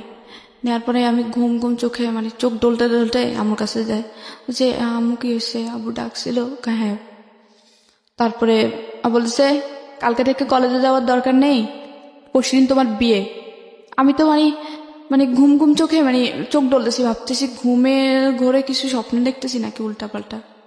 এরপর আমি ঢুলতেছি, মানে ঘুমের মানে ফিলার ধরে ঢুলতেছি, মানে ঘুম পড়ে যাবো অবস্থায়। তারপরে আমাকে মেজাপুর ধরে চাকরি মারার পরে মানে একটা মোটামুটি ঘুমটা একটু ছাড়ে, ধরে হাত ধরে চাকরি দেয় যে তোর কি বলছিস, শুনতেছিস? তারপরে আমি বললাম যে কি হয়েছে? তো বলে যে কালকে থেকে কলেজে যাওয়ার দরকার নাই, পরশুদিন তোর বিয়ে। বিয়ে আমার কার সাথে? কালকে যে ছেলেটা দেখতে, আচ্ছা না ওটা আমি বিয়ে করবো না, ও পড়াশোনা করে নাই, ওই ছেলে উল্টাপাল্টা প্রশ্ন করে আমাকে, মানে বলতেছে যে আমার নাম লিখতে, এই যুগে কেউ নাম লিখতে বলে? তাছাড়া ছেলেকে আমি যখন বললাম যে আমি গভর্নমেন্ট ওমেন্স কলেজে পড়ি, তো গভর্নমেন্ট ওমেন্স কলেজে কি আমার চেহারা দেখে ভর্তি করেছে? আমি ডিরেক্ট বললাম যে চেহারা দেখে ভর্তি করেছে, যে আমি নাম লিখতে পারবো না, আমার ঠিকানা লিখতে পারবো না। আমাকে আমার নাম ঠিকানা লেখাইছে ওই ছেলে, আমি ছেলের বিয়ে করবো না, কারণ ওর মধ্যে মিনিমাম কমন সেন্স নেই। তো বললো যে কে এত কমন সেন্স খোঁজা লাগবে না, এই মুহূর্তে যেটা বলছি সেটা মাথায় ঢুকে নাও, আর তুমি এটার জন্য প্রস্তুত থাকো, কালকে থেকে কলেজে যাওয়া লাগবে না, কালকে তোমার গায়ে হলুদ, পরশুদিন তোমার বিয়ে। আচ্ছা আমি বিয়ে করবো না, বিয়ে না করলে এই মুহূর্তে তোর মাকে ডিভোর্স দিব, এই মুহূর্তে এখনই তোর মাকে নিয়ে যেদিকে 2 চোখ যায় তুই বের হয়ে যাবি। আমি বললাম এখানে মাকে টানতেছেন কি জন্যে? আব্বুরে বললাম আমি বিয়ে করব না, আর আপনি তো আমার খরচ চালাচ্ছেন না পড়াশোনার, আমি আপনাদের বাড়িতে থাকতেছি আর খাইতেছি, ওটা আমি আপনাদের কাজের মেয়ের মতো যতটুকু ঘরের কাজ করে দিচ্ছি, ওই ক্ষেত্রে কাজের মেয়েরা কিন্তু ঘরের থেকে কাজ করে খায়, আবার টাকাও নেয়। আমি তো আপনাদের থেকে 1 পয়সাও নিচ্ছি না, শুধু তো কাজ করে দিচ্ছি টুকটাক, আর খাচ্ছি আর থাকতেছি, এইটুকুই। তো পড়াশোনার খরচটা তো চালাচ্ছেন না, তো পড়াশোনাটা করতে দেন। তো বলো যে কি না পড়াশোনা করা লাগবে না, আমি যেটা বললাম আমি কথা দিয়ে আসছি বিয়ে যদি না করতে চাও এই মুহূর্তে তালাক দিব। ইভেন উনি তালাকের কাগজ প্রিন্ট করে নিয়ে আসে, এতটাই ক্রেজি ছিল।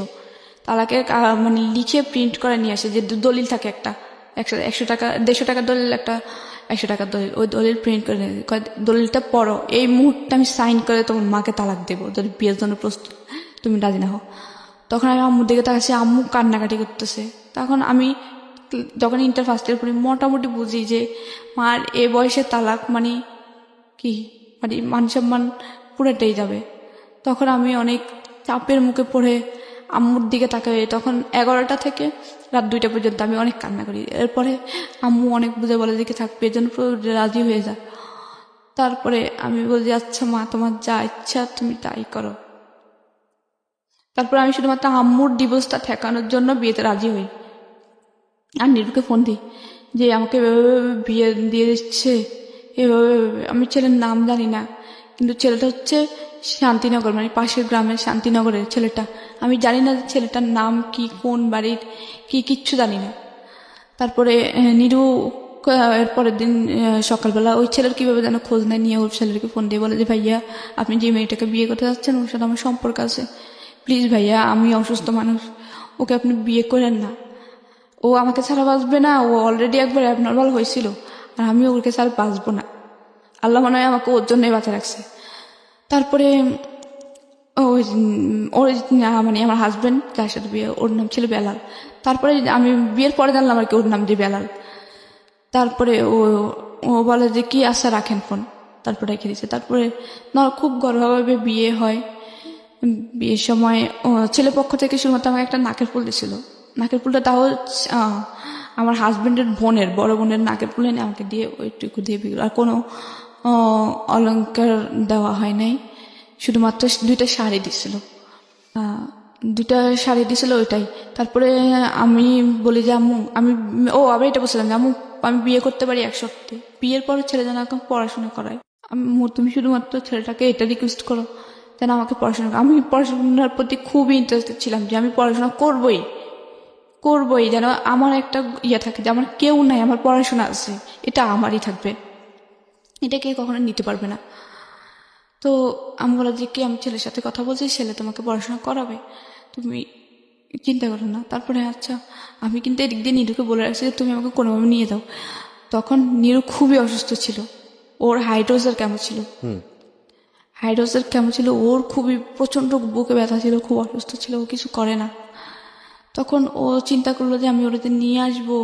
ও খুব কান্না করছিল, খুবই, ওর ফোনের মানে ওই দিনের কান্নাটা মানে খুব চিৎকার করে কান্নাটা আমার কানে এখনো বাজে। নীরু, হ্যাঁ, তো আমি বললাম যে তুমি আমাকে নিয়ে যাও প্লিজ, আমি এখানে থাকলে আমার বিয়ে দিয়েই দেবে, আম্মুর ডিভোর্স হয়ে যাবে আমি যদি বিয়ে না করতে পারি, এখানে থাকা অবস্থা বিয়ে না করলে তুমি আমাকে কোনোভাবে পালায় নিয়ে যাও। ও বলে যে কি আমি পালায় নিব কি, নিতে পারতেছি না এখন এই মুহূর্তে, আমি তোমাকে আর ছাড়তেও পারতেছি না বা পালায় নিয়ে যাব সেটাও পারতেছি না। আমি যে একটা রোজগার করে নিয়ে তোমাকে পালায় নিয়ে কিছু একটা করে খাবো বা একটা দিন তোমাকে চালাবো, একটা দিন চালানোর মতো ক্ষমতা আমার মধ্যে নাই, ওই এবিলিটি আমার নাই। কারণ আমি আমার বাবার উপর ডিপেন্ড, আমার বাবা আমার সম্পূর্ণ ক্যান্সারের কষ্টে বের করতেছে, এই অবস্থা আমি তোমাকে নিয়ে কি করব? আমার নিজের রাস্তায় পড়ে মরতে হবে, কারণ আমার ক্যান্সার চিকিৎসা না চললে আমি শেষ। তারপর ও খুব কান্নাকাটি করে। তারপরে আমার নর্মালিভাবে বিয়ে হয়, আমার 2টা বান্ধবীকে দাওয়াত দিই, আমি খুবই কান্নাকাটি করি। আমার 2 দিনের কান্নায় মানে সারাক্ষণ চোখ দিয়ে পানি পড়ে, তারপর চোখ মুখ ফুলেছিল। আমি ওই ছেলের মুখে দিয়ে কিন্তু তাকাইনি যখন ও আমি দেখতে আসে, তারপর আমি নামও জানতাম না। তারপরে বিয়ে হওয়ার পরে ওকে যখন সদরে দেয়, মানে সদর বলতে জামাই করে নেয়, তো নেওয়াটা শেষ হলো। তারপরে হচ্ছে কি কথা ছিল যে আমাকে উঠে নিবে না, আরো 3 মাস পরে উঠে নিবে বা ছেলেও থাকবে না। তারপরে ছেলে থাকবে না, তারপরে কি ছেলে হঠাৎ করে বলতেছে যে বিয়ের কাজ সম্পূর্ণ সন্ধ্যার পরে বলতেছে কি ছেলে আজকে যাবে না, ছেলে থাকবে এখানে, মেয়ের সাথে থাকবে। তারপরে রাত্রে 11টার থেকে মানে নর্মালি ভাবেই ওর সাথে আমাকে দেয়, মানে বাসুরে দেয়, দেওয়ার পর আমি ওর নাম জানতাম না। তারপরে ভাবি বললো যে ভাবি ছিল আমার, ভাবি আমাকে বললো যে ওকে সালাম করো, আমি নর্মালি ওকে সালাম করলাম, করার পরে ভাবি চলে গেল। তারপর দরজাটা অফ করলো, আমি ওর নামও জানি না তখন পর্যন্ত। আর ও আমাকে প্রথম বললো যে কি কালকে আমাকে একটা ছেলে ফোন দিয়েছিল, ওর ডিরেক্ট প্রথম কথা এটাই, ভাবির যে রুম থেকে বের হয় ওর সোজা এটাই কথা ছিল, এই কালকে একটা ছেলে আমাকে ফোন দিয়েছিল, ছেলেটার নাম নীরু বলছিল। ছেলেটা বলছিল তোর সাথে নাকি ওই ছেলের সাথে সম্পর্ক ছিল, এটা কি সত্য? তাই ওর সাথে লুকাই না, কারণ ওর সাথে যখন আমার বিয়ে হয়েই গেছে তখন আমি ওর কাছে বলি যে হ্যাঁ সম্পর্ক ছিল, জাস্ট এটা বললাম যে সম্পর্ক ছিল। আমার এখনো মনে পড়ে ও আমাকে এত পরিমাণ থাপ্পড় দিছে, মানে একটা মেয়ের জীবনে স্মরণীয়। বাসর রাতেই তখন পর্যন্ত আমি ওর নাম জানি না, ওর সাথে আমার প্রথম কথা এটাই ছিল, ওর সাথে আমার বলা প্রথম কথা এটাই যে হ্যাঁ ছিল হাজব্যান্ড ওয়াইফে আমার প্রথম ইন্ট্রোডিউস। আমি ভাবলাম যে শুরুটা হয়তো অনেক সুন্দরভাবে হবে, যে ও আমার নাম জিজ্ঞেস করবে বা জিজ্ঞেস করবে যে আমি ভবিষ্যতে কি হতে চাই, আমাকে ওইভাবে করতে যাবে, যে আমি কি হতে চাই আমাকে ওই বানানোর চেষ্টা করবে, যে পড়াশোনা কন্টিনিউ করবো। আমাকে প্রথমে জিজ্ঞেস করলো যে তোর নাকি একটা ছেলের সাথে সম্পর্ক ছিল, ছেলে আমাকে ফোন দেয়, বলার পরে আমি বললাম যে হ্যাঁ ছিল। ও আমাকে এত পরিমাণে থাপ্পড় দেয়, মানে থাপ্পড়ের পর থাপ্পড় 2 হাত দিয়ে দিয়েছে, 2 গালে দিতেই ছিল। আমি খুব জোরে কান্না করি তখন, করার পরে ও আমাকে বালিশ চাপা দিয়ে মুখের মধ্যে বালিশ চাপা দিয়ে ধরে বলে যে গলার সাউন্ড যেন রুম থেকে বেরোয় না যায়। আমি খুব কান্না করছিলাম, কিন্তু আমার ওই পাশের রুম থেকে আমি এত জোরে কান্না করতেছিলাম, থাপ্পড়ের আওয়াজ কিন্তু শোনা যাচ্ছিল, আমার ভাবিই শুনতেছিল।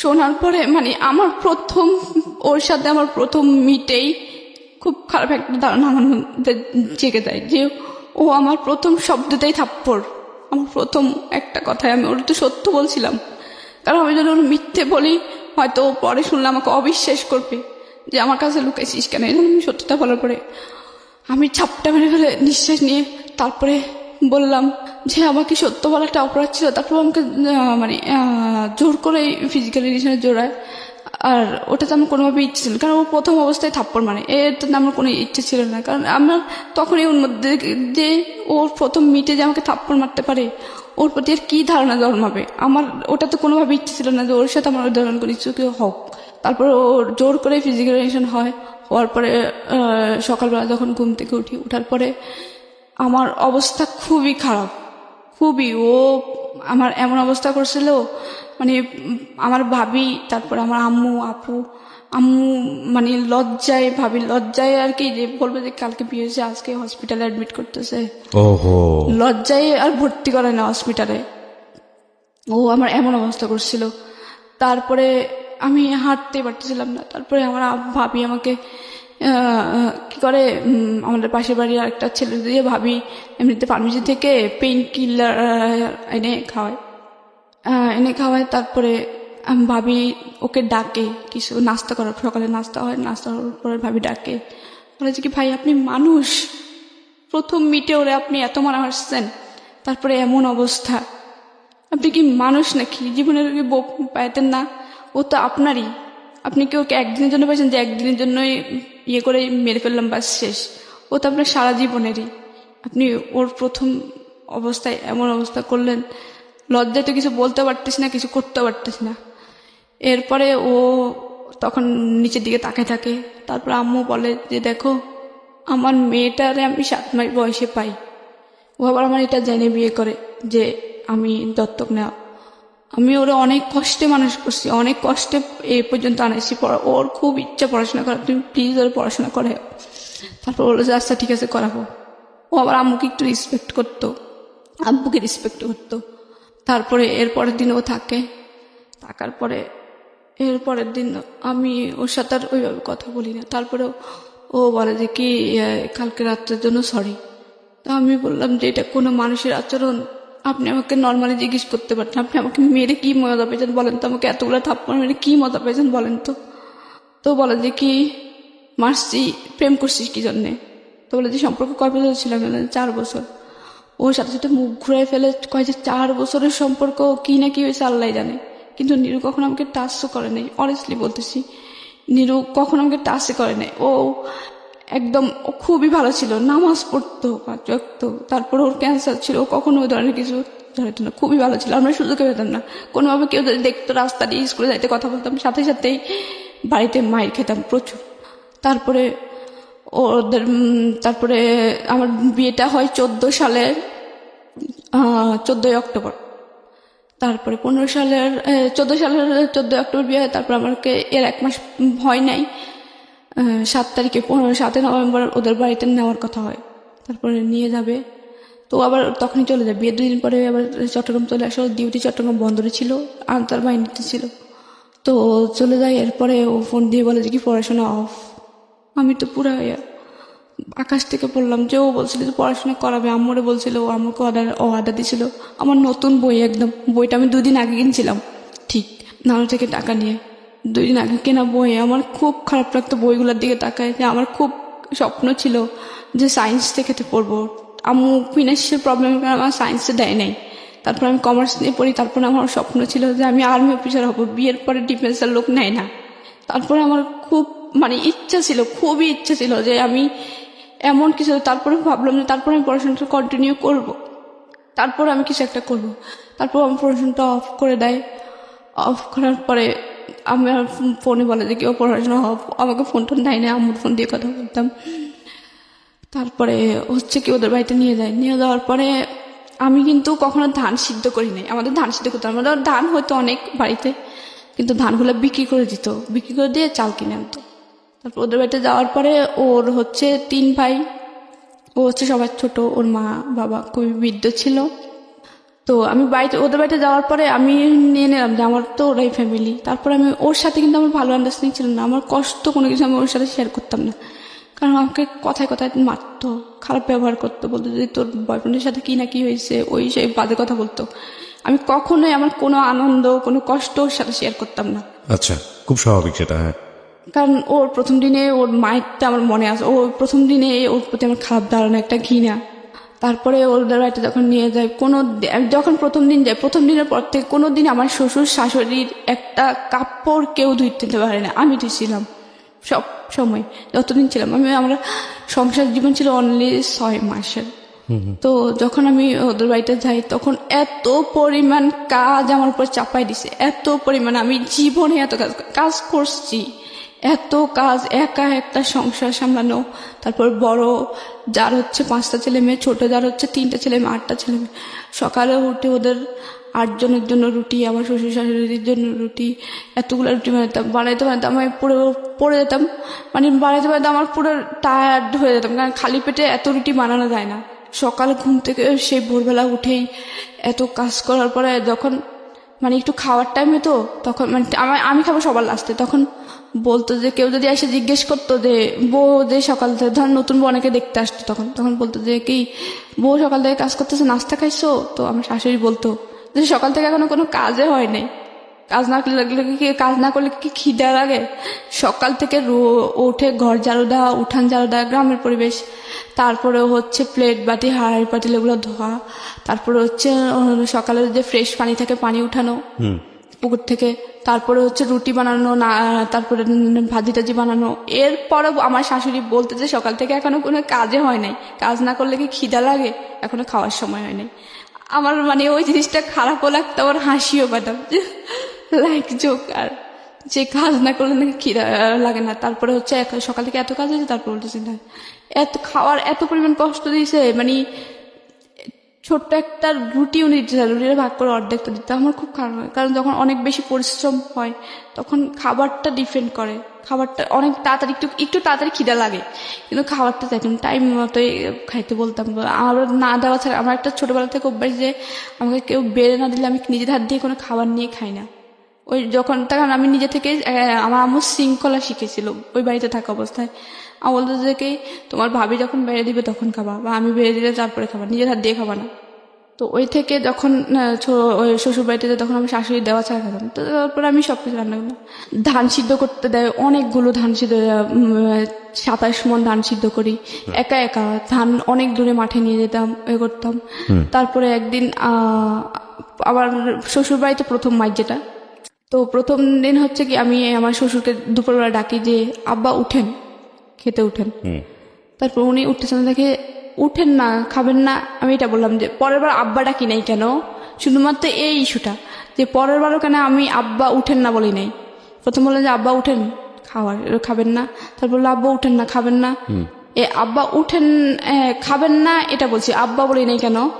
ও এর আব্বা বলিস না কেন, তোর বাপ না রেখে বাপ বলতে গিয়ে আমি তো এটা কখনোই মনে করি, আমি তো আব্বা আম্মা বলে ওদেরকে সম্বোধন করি, এটা তো আমি ওনাকে এটা বলি না। আর সব কথাই কিন্তু বাবা বলা লাগে না, আমি যখন কাউকে ডাকি যে একবার নাম ধরলে হয়, সব জায়গায় নাম ধরতে হয়, ঠিক এটাও কিন্তু একটা নাম হিসেবে ব্যবহার হয় যে আব্বা উঠেন না, আব্বা খাবেন না, আব্বা আব্বা বলা লাগে, একবার আব্বা বললেই তো হয়। ও আমাকে সাথে সাথে ওই যে নারকেল গাছের যে কোদা থাকে এত মারা মারছে, ওরা যে কি আব্বা ডাকিস, আবার বলে যে কি সব কথা বলা লাগে, তুই কি অনেক বেশি বুঝিস, এত মারা মারছে। এরপরে আমি পাটি বুনতে পারতাম, যে শীতল পাটি, তখন আমাকে হয়তো মাস শেষ হলে 2 দিনের জন্য বাড়িতে যেতে দিত আম্মুর কাছে। তো মাস শেষ হয়েছে, আমি বললাম কি বাড়িতে যাব কালকে, যাব কি? তো বলে যে কি আচ্ছা যাইস। তারপরে যখন আমার শাশুড়ি জিজ্ঞেস করলো তুমি কি পাটি বুনতে পারো, আমি বলছি হ্যাঁ পারি, কিন্তু এমনিতে কারো থেকে শিখি নাই। বড় আপু পারতো, কিন্তু বড় আপু কখনো আমার শিখেতো না, উনি আমার সঙ্গে বানাতো না। এমনিতে আমি দেখে দেখে পারি, যে পাটি বানানো শেষ হয়ে গেছে, বাটিটা টানা আছে ওখান থেকে দেখে দেখে পারতাম, শিখে গেছি। ও বলার পরে সাথে সাথে ও পাটি বানানোর যে গাছ থাকে ওই গাছ কাটা শুরু করে দিয়েছে, যেন আমি বাড়িতে না যেতে পারি। তারপরে আমার বাড়িতে যেতে খুব বিয়ে করতো, কারণ এখানে আমি খুবই অত্যাচারিত হতাম, খুব মারতো, আর আমার শাশুড়ি খুব মিথ্যে কথা বলতো ওর কাছে। তারপরে পাটি বানানো গাছ কাটে, তারপরে আর যাওয়া হয় না বাড়িতে। তারপরে ওগুলো ছিলে টেলে শুকিয়ে টুকে পাটি বানাতাম। একটা পাটি বানাইছিলাম 5 আছে 6টা, একটা বানাইছে, আর একটা বানানো অর্ধেকটা বানাইছে। বানানোর পরে ও আমার শাশুড়ির প্রতিনিয়ত মিথ্যে কথা বলে, ও এই জন্যই আমাকে ওর চিটাগং থাকা অবস্থায় আমার সাথে খারাপ ব্যবহার করতো। তারপরে একদিন সন্ধ্যার সময় পাটি বুনতেছি, বোনার পরে মাগরিব আজান দিয়ে উঠে যেতাম যে আর নামাজ পড়তে হবে। তো মাগরিব আজান দিয়েছে, আমি উঠছি, তখন নিয়ে ও ফোন দিছে। ফোন দেওয়ার পরে তখন আমি ফোন রিসিভ করে কথা বললাম। তারপরে কথা বলে ও বলেছে কি মার কাছে দাও, তো মার কাছে দিলাম। ওরা আমার সাথে কথা বলছে। তো আমি অনেকক্ষণ তো মানে নিচে বসেছিলাম, মাটিতে বসেছিলাম, তো পাথরে। এখন আমার কোমরা থাকতেছি, একটু খাটে বসলাম, আমার শাশুড়ির খাটে। তো উনি নিচে বসে নামাজ পড়বে বলে বসে আছে তফসিরে। উনি নামাজের বিছনায় বলতেছে, তোর বউ এখনো পর্যন্ত একটা পাতি মানে বিছনার একটা পাতা গাঁথে নেই, চিকন যে পাতা থাকে ওই পাতা একটাও গাঁথে নেই। ও সারা দিন একটা কাজও করে না, একটা পাতাও গাঁথে নেই। আমি মাত্র পাতা গেঁথে উঠলাম, মাত্র ও ফোন দেওয়ার পরে উঠলাম, মাগরিব আজান দিচ্ছে, এখন নামাজ পড়তে হবে, হাঁস মুরগি ঢুকাতে হবে, তারপর পানি টানি ঢুকাতে হবে, এজন্য। তো উনি এটা বললে তারপর বললো যে ও মানে ফোনে একটু ভলিউম বড় ছিল, শোনা যাচ্ছিল যে ও কি বলতেছে। তারপর বলছে ও একটা কাজ করে না, কমপ্লেইন করছে আপনার এগেইনস্টে। হ্যাঁ, কমপ্লেন করার পরে তারপরে উনি যখন ফোনটা খাটের উপরে রাখবো, নিচে বসে নাও চলতেছিল, নিচে থেকে ফোনটা উপরে রাখতে যে দেখা যায় আমি খাটের উপর বসে আছি। আমি কিছু মনে করি হাসতেছি ওনার দিকে তাকায় যে উনি মিথ্যে কথা বলতেছে। শাশুড়ি? হ্যাঁ, উনি আমাকে দেখে একটু ছোট মতো খেয়ে যায় যে মিথ্যে বললো, নামাজের পার্টিতে বসে নামাজের পার্টিতে বসে মিথ্যে বললো, একটু ছোট মতো খেয়ে যায়। তখন দেখা যায় আমি ওনার দিকে তাকায় হাসতেছি, তখন আমি মানে কেন জানি খুব হাসি আসলো যে উনি নামাজের পার্টিতে বসে মিথ্যে কথা বলতেছে, তাও আমি মাত্র উঠলাম পার্টি বানায়। একটা 5 হাতে 6 হাতে পার্টি বানতে অনেক সময় লাগে। পার্টিকে আপনারা বিক্রি করতেন? না, বিক্রি করতে বলতে কি ওই তখন পার্টি ছিল না, খাটের মানে খাটের মধ্যে বিছানা আমাদের নিজেরা ব্যবহার করার জন্য। নিজের ব্যবহার জন্য, আমার বড় ননসের জন্য, ছোট ননসের জন্য 2টা বানাইতে হবে, আর আমাদের জন্য। তো তখন উনি মিথ্যা কথা বলার পর আমি হাসলাম, উনি আমার দিকে তাকাই এবার হাসি দিল। হাসি দেওয়ার পরে তারপরে নামাজের পরে ও তো জানে আমি এখন নামাজ পড়বো, তো নামাজ পড়লাম, কাজটা শেষ করলাম। শেষ করার তারপরে পরে ও ফোন দিছে, ফোন দিয়ে বলে কি তুই নাকি একটা কাজও করিস না, মা বসে বসে পার্টি বানায়। তারপরে বললাম তোমার মাকে চোখে দেখে পার্টি বনবে, এটা বললাম। তোমার তো চোখে দেখে না, পার্টি বনবে কিভাবে? তাহলে একটা পার্টি যে বোনা হয়েছে ওটা কে বনছে বলো তো? আর একটা পার্টি যে অর্ধেকটা বানাইছে, 3 হাত বানানো হয়েছে, তাহলে ওটা কে বানাইছে বলো তো? তখনই আমার শাশুড়ি এসে আমার ফোন আমার হাত থেকে নিয়ে যাবে, বলে যে কি এই ছগলখোর দইঞ্চা মানে যাতা বলতেছে। আমি বলছি ছগলখোর কাকে বলে আপনি জানেন? ছগলখোরটা আপনি করছেন, আমি করি নাই। আমি তোর কাছে কোনো মিথ্যে কথা বলি নাই, আপনি মিথ্যে কথা বলতেন। এখন ও মিথ্যেটা ও আপনি ওর কাছে মিথ্যে কথা বললেন, আমি তো আপনাকে এটাও বলি যে আপনি মিথ্যে কথা কেন বললেন? আমি শুধু এটা বললাম যে পার্টিটা যদি আমি না বলি তাহলে পার্টি একটা বানানো হয়েছে, মানে 6 হাতে 5 হাতে পার্টি বলতে কি কম সময় লাগে? এই পার্টিটা বনেছে কে? আর এখন যে 3 হাতে একটা বানানো হয়েছে ওইটা বানাইছে কে? তারপরে আমি এসব কিছু মনে করতাম না, জানতাম যে আমারই সংসার, আমাকে সবাই বলতো যে আমার সংসার তুমি, তোমার সংসার তুমি তো করবে। তো আমি বলতাম যে আমার সংসার আমি করি। তারপরে করতাম, কিন্তু আমার সব সময় একটা আফসোস থাকতো। আমি মাঝে মাঝে যদি ওর একটু মাইন্ড ভালো হইতো তখন আমি বলতাম যে আমি পড়াশোনাটা করি, আমার ফার্স্ট ইয়ার ফাইনাল চলে আসছে, আমি কলেজে যাই, আমি পরীক্ষাটা দিই, সেকেন্ড ইয়ারে ভর্তি হব। ও বলতো যে কি না দরকার নেই, পড়াশোনা করা লাগবে না, পড়াশোনা করবা ছেলে মেয়ে হওয়ার পরে। তারপরে হচ্ছে কি ও চাইতো যে তাড়াতাড়ি বাচ্চা নিতে। আমি বললাম যে আম্মু, তখন আমার মানে স্বাস্থ্য আগে ভালো ছিল, তখন ওদের বাড়িতে এত কাজ করার পর আমার স্বাস্থ্য অনেক খারাপ হয়ে যায়, অনেক ওয়েট কমে যায়। করে দেওয়ার পর আম্মু বলে যে কি ওরে বলে যে বাচ্চা বাচ্চা নিও না, নিশি এখন ছোট, তো ওর এখন মানে স্বাস্থ্য অবস্থা খুব খারাপ, বাচ্চা বাচ্চা নিও না। তারপর বাচ্চা নেওয়ার চেষ্টা করে। তারপর ও সবসময় সন্দেহ করতো কি আমি নিরুকে ফোন দিই, কিন্তু আমি নিরু কখনো ফোন দিতাম না। তারপরে হচ্ছে আমি চিন্তা করি যে এভাবে লাইফ চলে না, কারণ আমি মোটামুটি পড়াশোনা করছি। আমি চাই না যে অন্যদের মতো এরকম আমার লাইফটা কাটুক, যে সারা জীবন যন্ত্রণা, ছোট থেকে কিন্তু যন্ত্রণা ভোগ করে চাই না যেরকম। তারপরে আমি আমার ফোন দিয়ে ফেসবুকে ঢুকতাম, মাঝে মাঝে আমার আইডি ছিল। তো আসলে একটা আপুর সাথে যোগাযোগ, আপুরে বলার পরে আপু বলে যে কি তুমি চলে আসো, এভাবে লাইফ চাই না, তোমার সারা জীবন এভাবে কাটতে হবে। তারপর আমি 6 মাসের মাথায় এই অচেনা একজন মানুষের কথা শুনে চলে আসলেন। হ্যাঁ, তো আপুকে আমি প্রায় সময় বাড়িতে গেলেই নক করতাম যে আপু এমন এভাবে চলতেছে, এই মাসে এরকম হয়েছে এরকম। ও আমাকে একটু ইস্যু নিয়ে এত মারতো, আর হচ্ছে আবার ফোন করে বসে যে আমি জানি, কিন্তু আমার কথা হচ্ছে চলে আসলেন কিনা এই আপুটার ক্ষেত্রে? চলে আসলেন ঢাকাতে? চলে আসি। তারপর হচ্ছে ও 3 লাখ টাকা চাই, দুবাই যাবে, ও আনসার চাকরি করবে না। তারপর বলে যে 3 লাখ টাকা চলে আসার পরে আপুর কাছে থাকলেন কত সালে চলে আসলেন? তারপর 2015 সালের এপ্রিলে চলে আসি, এপ্রিলের 26 তারিখে। তারপর আপু বলে যে কি তুমি ঢাকায় চলে আসো, কোনোভাবে টিকিটটা নিয়ে তুমি চলে আসো, আমি একটা তোমার কাজের ব্যবস্থা করে দেয় শেষ পর্যন্ত কাজের ব্যবস্থা। হ্যাঁ, তারপরে আমি ওনার কথা মতো কাউকে না বলে চলে আসি। হ্যাঁ, কারণ মাত্র যেটা আমি বাড়িতে জানাইতাম, ভাইয়া মানে সবাই জানতো আপনি পালিয়ে গেছেন বাড়ি থেকে। হ্যাঁ, বলতে আম্মুরে বলে গেছে যে আম্মু আমি চলে যাচ্ছি।